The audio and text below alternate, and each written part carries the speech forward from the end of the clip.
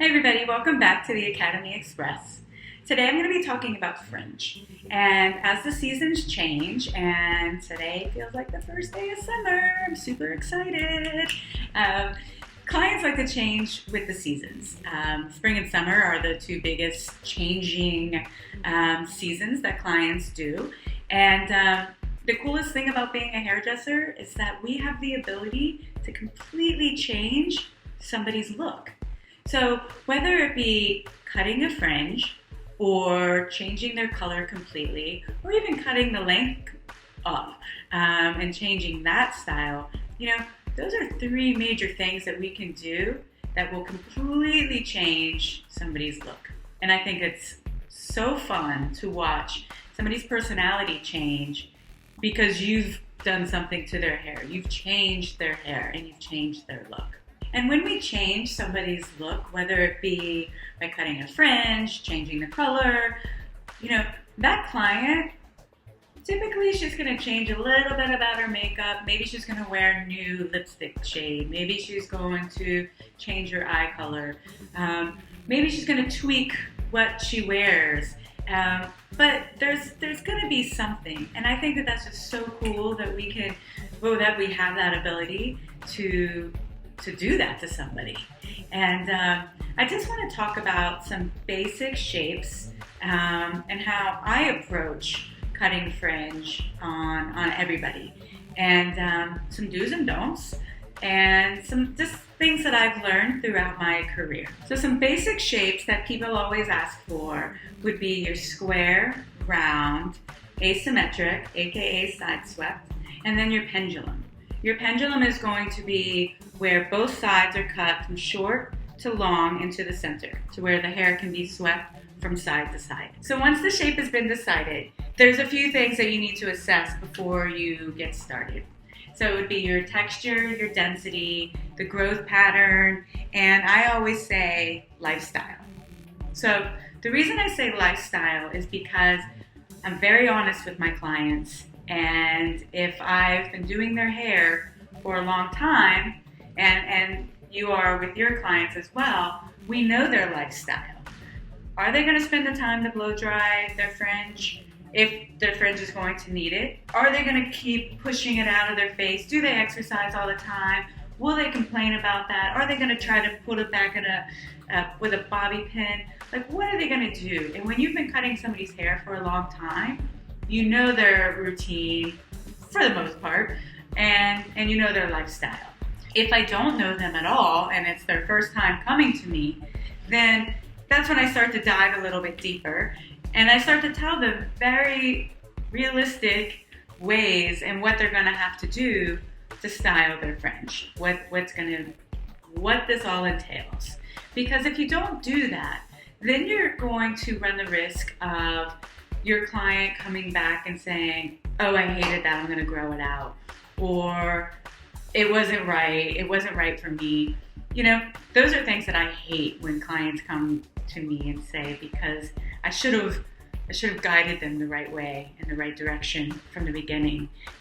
So I really try to lay it out on the line, and sometimes I'll talk people out of it if I think that they're not ready for it yet. Even if I think it would look amazing on them. But I don't think that they would style it properly. I don't think that they're ready for it with their lifestyle, with their morning routine. I don't think that they would do it justice. So I talk them out of it until I feel like they're ready to spend the time, if it needs time spent, to handle them. So texture and density play a huge role. Is the hair super fine, thin? Is it really thick? Is it coarse? Is it curly? Is it straight? You really need to understand like what you're working with. What's your tension going to be like? Is it going to spring up? Do you need to have like really light tension? Should you cut it dry? And these things you need to assess. And then you want to assess your growth patterns. And growth patterns, is huge because there's one fight that you will not win, and that's the way that the hair is growing out from the head. You're never going to change it. It is what it is. Okay, so when I start to dissect the head, I typically start with triangular sections. especially when I'm thinking about fringe, because it's the easiest to understand, right? So the head is round, the top of the triangle would be at the top of the head, and then as you move out towards the hairline, it gets wider. And so you can really see the head shape and kind of start to split it up if you think in triangles. Think about where the hair naturally wants to live, okay? Where is it gonna fall? This hair is gonna live here, this hair is gonna live here, this hair is gonna live here, and this hair is gonna live here, right? We know that. But now let's go a little bit deeper. Maybe the hair over here is growing this way. So what does that mean, right? So it either means, well, it does mean that if it's a strong enough growth pattern, meaning there's a lot of individual hairs that are growing in that one direction, you're typically going to see that this hair will live here. Now, if the hair is very heavy because it's very dense, what's going to happen is it's going to want to pop over, right? And so you get a little, you see that lift that just happened here? That's what will happen. And so that's when the client starts to say, well, this side of my head grows faster than the other. It's not that the hair is growing faster, it's that the growth pattern is different, so she sees it more because it's popping out, okay? So that can all be taken care of with teaching her how to dry her hair properly, which a lot of clients, you know, they don't understand that. So it's just spending a little extra time with them and teaching them to work from side to side to get that hair to lay down in its most natural state. When you understand that, then you know how far it's going to jump back, if it's going to jump back. You'll also understand, and you'll start to see, like, oh, I'm going to be able to lay that down with a blow dry very easily, or still going to pop, right? So then you kind of have to maybe change your approach, or maybe not do that shape, period. And so you always want to start off by assessing that. Then you can start your sectioning, your proper sectioning. I'm pretty rigid when it comes to specific things with my hair cutting. And if you've ever followed any of the shapes that I do, you'll see that I always take a profile parting from the forehead down to the nape. And then when it comes to fringe, then I work a triangular section. Now from there, then I start to adjust it for each client. So for instance, if I'm working on my right side, right, and the right side, the hair is not growing down at its natural fall, right? So maybe it's growing, it's taken a hard left. And I know that that hair, if that weight is cut off, what's it gonna do? It's gonna pop over here, right? So I need to adjust that section. So maybe I need to bring it in, maybe I need to make it wider. And so by the end of my adjustments, sometimes my sectioning is not balanced on both sides. But that's just because the growth pattern and the way that that hair is going to grow out is going to be so much nicer than if I stayed very rigid and made it, okay, it's got to be super balanced, because that's not the way that the hair is going to grow out. The hair is not going to grow out super balanced. It's going to probably grow out maybe this, like this, if I've got any type of cowlick, right? So I always look at that and I take that into consideration, right? As soon as that hair starts to pop, imagine if I'm working on the right side, I'm sectioning out the right side, and the growth pattern on the right side goes really far right? So if I was to take the weight off here, that's going to kick back, and then that's when you're going to see the step that goes into the side that a lot of people get and a lot of people hate. So if that section was brought in a bit, then that kick would not have happened. So it's okay if your sectioning is not balanced, if you understand why, and if it's done for the right reason. So once I've assessed that, then it would be time to start my subsectioning and to think about my subsectioning. How are you going to create this shape? Is it going to be square? So if it's square, is it going to be horizontal sections? Are you going to be working round? Is it going to be diagonal back sections? Are you going to do diagonal forward sections? What are the steps that you have to take to create this shape? It's the same exact steps that you would do on any part of the head. Okay, so Miss Irene here is about to embark on a fringe journey. I'm going to first do an asymmetric fringe, and then I'm going to work on a pendulum fringe. Then you're going to be able to see the difference between the two. Okay, so what I've done is I've taken a triangular section, and it's balanced on both sides, okay? I don't have any cowlick issues, and so I want to do an asymmetric fringe, and I want to have a balanced section. So then from there, I'm going to work internally with my subsections. So my subsections are going to be diagonal, going from one side to the next. I'm going to comb the hair down to its natural fall, but my fingers are always going to be at the same angle as my sectioning. And so I will never have to over-direct. And when you over-direct, what does that do? Over-direction creates length, right? So if I over-direct, I'm going to get a lot more length. But if I just work true to my parting, which is on a diagonal, which is short to long, which would allow me to get longer, it's going to sit a lot nicer and a lot more controlled. And I'm not going to get any kind of flicks or kicks out of the hair wanting to go back into the space that was created for it. So that's why sometimes if you see too much over direction, it'll kind of like kick back. And that's because there's too much space there and that length just wants to kick into it. Okay, Irene's going on a magical journey, and I actually just cut this section, and I thought that I was taping, but I wasn't, so that's why that's why it's cut. So I put my comb on the base of my section. I combed straight down to its natural fall, and then I just went through and point cut.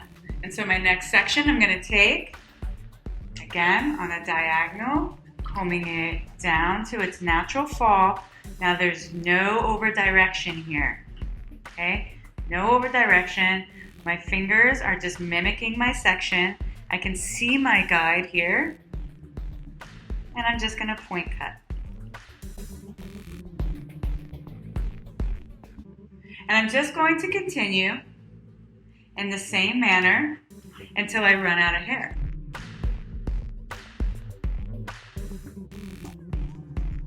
Two things here. You don't need over direction, and you don't need to adjust your sectioning if the growth pattern doesn't need you to adjust your sectioning to create an asymmetric fringe. It's your internal subsections that you're going to follow that will help you create that asymmetric feeling. So by doing your asymmetric side swept fringe like this, you're allowing the hair to live where it naturally wants to live without forcing it. If it wants to grow straight down to natural fall, and then it's cut from short to long. And it's cut to where it'll sit really nicely and flow for a very long time. As the hair starts to grow out, it'll look really nice. So now let's go into a pendulum fringe. So a pendulum fringe, we're going to be working from the outside in, and we're going to be creating this pendulum. So it's going to be shorter on the outside, longer towards the nose. So I'm going to do the pendulum fringe with the razor. And the reason I want to do it with the razor is that I feel that the edge of the blade creates such a soft look that it really allows the hair to flow back and forth really nicely. So I'm going to come through, and I'm just going to section very similar to what I did with the asymmetric. So just a diagonal section going across. So you see it's quite tiny, because with a razor you do not want to have a big thick section because your tension is going to be really heavy and you're going to shred it out too much. Okay, so take a really fine section. My fingers are mimicking my section. I'm at natural fall, and I'm going to be working with the back of my blade, and I'm going to take it to about the corner, or right below the corner of the eye. And the whole point here is to work from short to long. I'm going to continue. I'm going to do 2 more sections on this side, and then I'm going to move to the opposite side.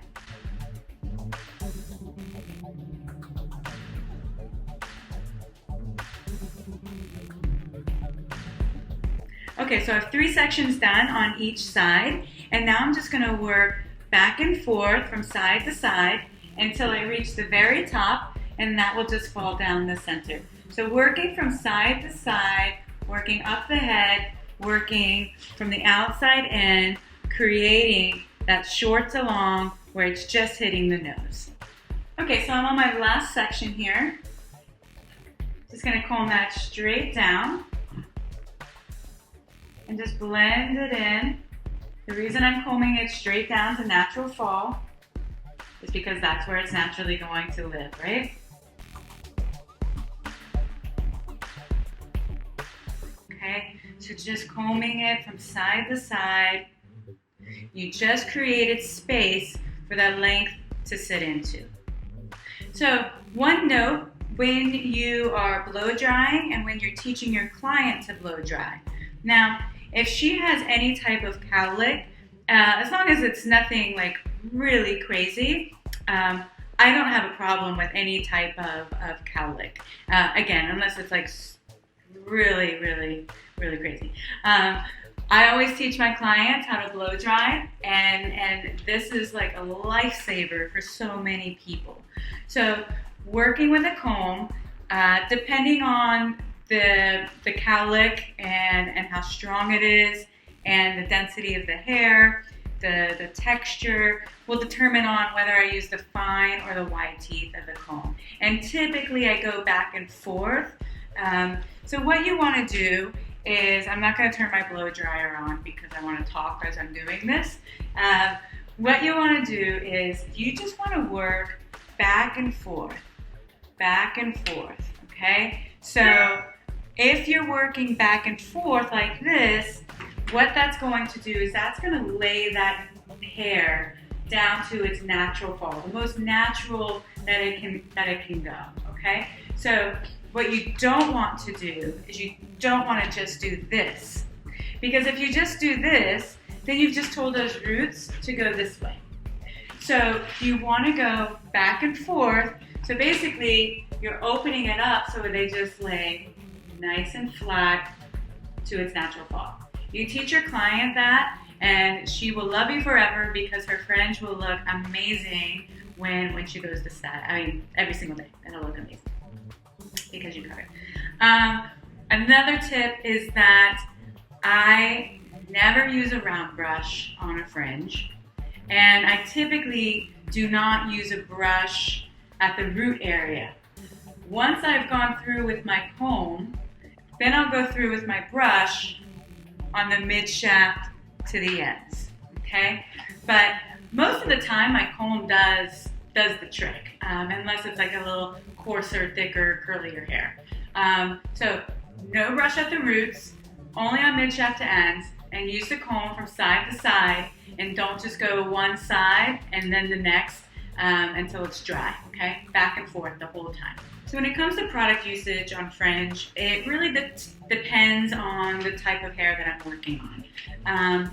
I love the setting spray because it really smooths the hair out. It allows it to lay nice and flat, have a lot of control to it.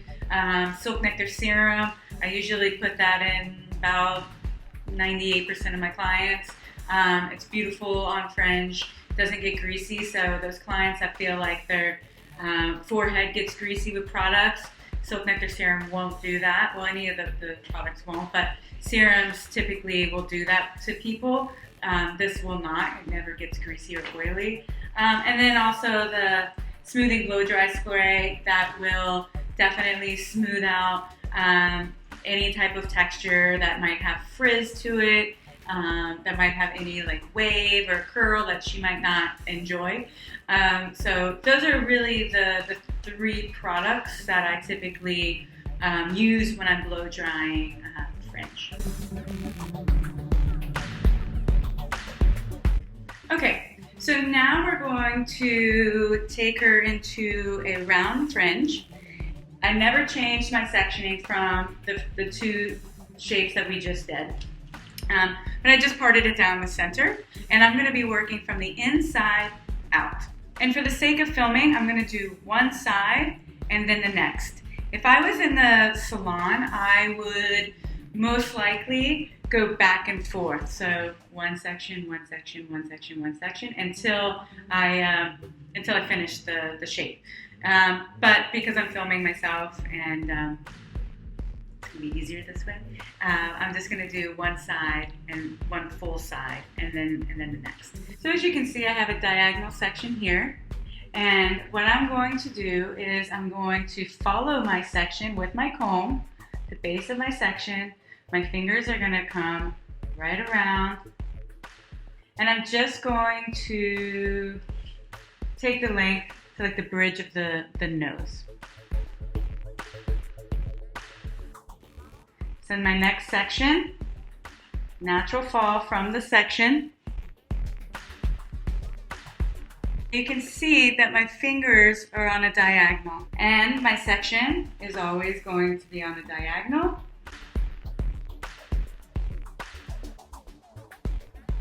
So you can start to see that round shape happening there. So just continue on the other side. Okay, so I went ahead and blew her dry, and I did the technique that I just talked about with the comb from side to side with my dryer, and I used setting spray, okay? So the reason that I did that is because I just want to show you, I think a line is so nice to see when it's really strong, right? So a nice rounded fringe, and you also need to detail these lines out, just like with any line that you do, whether it be a bob or a fringe. You need to detail it out. You need to see if there's anything, any type of unwanted graduation that you might not want in there. So, I'm just going around and I'm looking, and I'm going to come underneath. A lot of times I tilt my client's head back, and then I'll take a look. With here, I just see a very, very little bit, and it's right there, right? So that's what I'm going to come through and get.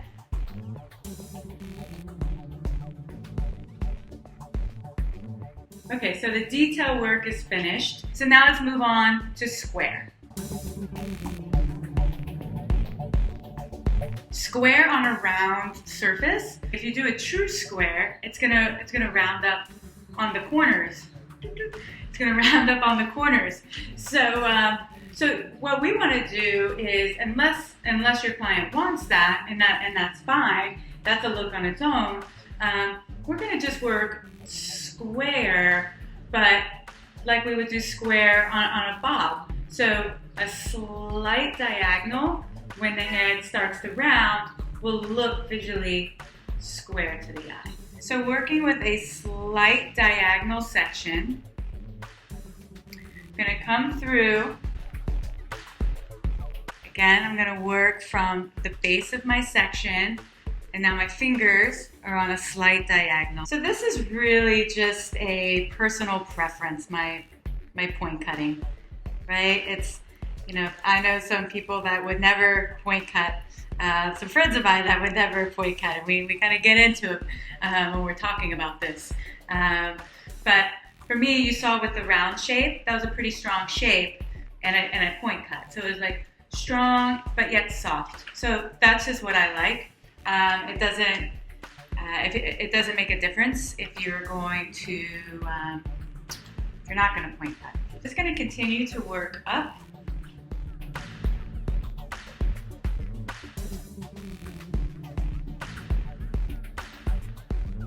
Okay, so the shape is done and I need to refine it, so we have to dry it. And I'm going to do the same technique that I did with the round shape. I'm going to work with the setting spray and just spraying a little bit in, nothing crazy. And then I'm going to work with my comb and I'm going to work side to side, side, side, side. And so what that'll do is that'll allow the hair to lay again at its natural fall, and it'll move, and it won't, if you just go straight down, then it won't move on you. It'll just be very heavy like this. So you want it to be able to move and have some life to it. Okay, so now I just need to refine. I'm just gonna do the same thing that I did on the round shape. I'm gonna come through. Typically, I'll tip my client's head back slightly so that I can look for any type of graduation that I might not want in there. And I'll go in my comb. 9 times out of 10, I'm gonna do this in my comb as opposed to in my fingers. And that's personal preference. Again, with the comb, you get a little less elevation, but it can be a bit trickier sometimes too if you don't have a steady hand. So this can happen a lot and can really mess up your line. But really be mindful of all the things that you need to assess: the texture, the density, the growth pattern, the lifestyle, the hairline I did not mention, which is very important. The reason being is that if there's a big recession area, you might have to make this initial triangular section maybe a little wider, maybe a bit more narrow. Again, that'll depend on the density. And then also, what's going on here? So, really take a look at your client's facial features. So, not everybody's symmetrical. And so maybe there's certain things that you have to adjust. Maybe you need to make one side a little bit shorter, one side, a bit, maybe it has to go back a little bit to make the face look more symmetrical. And again, that's another really cool thing that we have the power to do with our craft, is that we can manipulate the eye to straighten things out. So I hope that you learned something today, and let me know if you have any questions. Write them in the comments, you can DM me, yeah, have fun with it. And I hope you're all doing great. Get outside because it is awesome out there. And you probably heard my neighborhood was celebrating today. There was a lot of noise in the background, so sorry about that. Have a great week, everybody, and I'll see you soon.